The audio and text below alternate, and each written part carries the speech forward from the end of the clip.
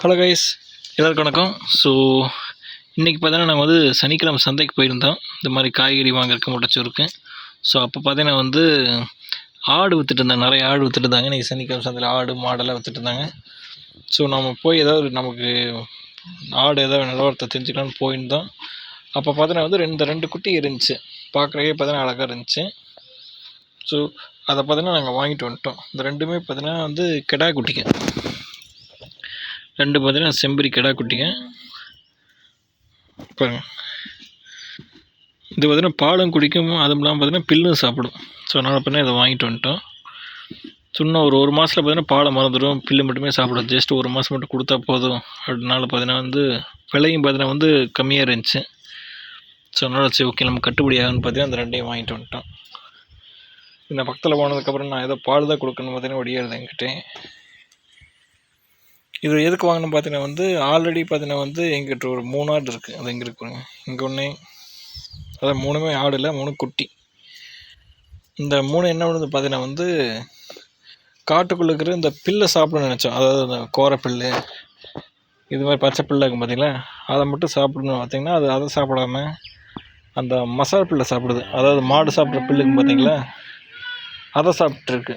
இங்கே இருக்க ஒரு மாடு சாப்பிட்ற பில்லு இதை சாப்பிட்டு பார்த்தீங்கன்னா வந்து அது சின்னது பண்ணிகிட்டே இருக்குது. உங்களுக்கு காமிக்கிறபடி இங்கே பார்த்தீங்கன்னா தெரியும். இதெல்லாம் பார்த்தீங்கன்னா கடிச்சு விட்டுருது.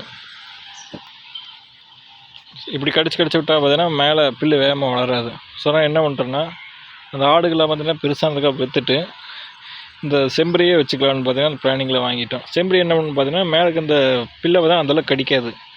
அதை பார்த்தீங்கன்னா தலையை குமிச்சிட்டே மேயும். இந்த கீழே இருக்கிற இந்த பில்லை தான் சாப்பிடும். இங்கே இருக்க இந்த கோரை, இந்த மாடுதிங்கிற பயிருக்கு நடுவில் இருக்கிற கோரை, அதை மட்டும் தான் நல்லா க்ளீன் பண்ணும்.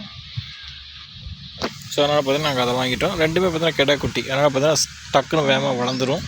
ஒரு 9 மாதம் வச்சுருந்தா போதும், நல்லா பெருசாகவே வந்துடும். இந்த ஆட்டுக்கு பார்த்திங்கன்னா சாலை பார்த்திங்கன்னா வந்து இந்த இது நல்லா தான் இருக்குது இந்த சாலை. ஆனாலும் பார்த்திங்கன்னா வந்து இந்த இடத்துல பார்த்தீங்கன்னா வந்து நான் மாடு கட்டுறோம். மாடு மழை வந்துச்சுன்னு வச்சுங்க, வேறு கட்டுறதுக்கு எங்கேயும் இடம் இல்லை. ஸோ அதனால் பார்த்தீங்கன்னா இங்கே தான் எல்லாத்தையும் கட்டணும். ஸோ அப்படி கட்டினா பார்த்தீங்கன்னா அந்த ஆடு வந்து டிஸ்டர்ப் ஆகும், இடம் தான் போயிடும். ஸோ அதனால் பார்த்தீங்கன்னா ஆட்டுக்குன்னு பார்த்தீங்கன்னா தனியாக ஒரு செட்டு போடலான்னு பார்த்தீங்கன்னா வந்து பிளானிங் இருக்கணும்.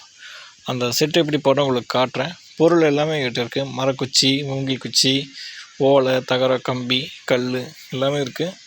ஆல்ரெடி பார்த்தீங்கன்னா ஒரு சாலை இருந்துச்சு, அந்த சாலை பிரித்ததை பார்த்தீங்கன்னா அப்படியே இருக்குது. ஸோ அதை எப்படி போடுறோன்னு பார்த்தீங்கன்னா உங்களுக்கு அந்த அடுத்த வீடியோ உங்களுக்கு காட்டுறேன். அடுத்த வாரத்தில் போட ஆரம்பிச்சிடுவோம். அப்போ வந்து அந்த இதை நம்ம செட்டை பார்க்கலாம். ரொம்ப பெரிய செட்டில் இல்லாமல் ஒரு குட்டியுண்டு ஒரு செட் ஒன்று போட போகிறோம். அதாவது ஒரு 10 ஆடு 20 ஆடு மட்டும் கட்டுற மாதிரி. நம்ம அடுத்த வீடியோவில் பார்க்கலாம். பாய்.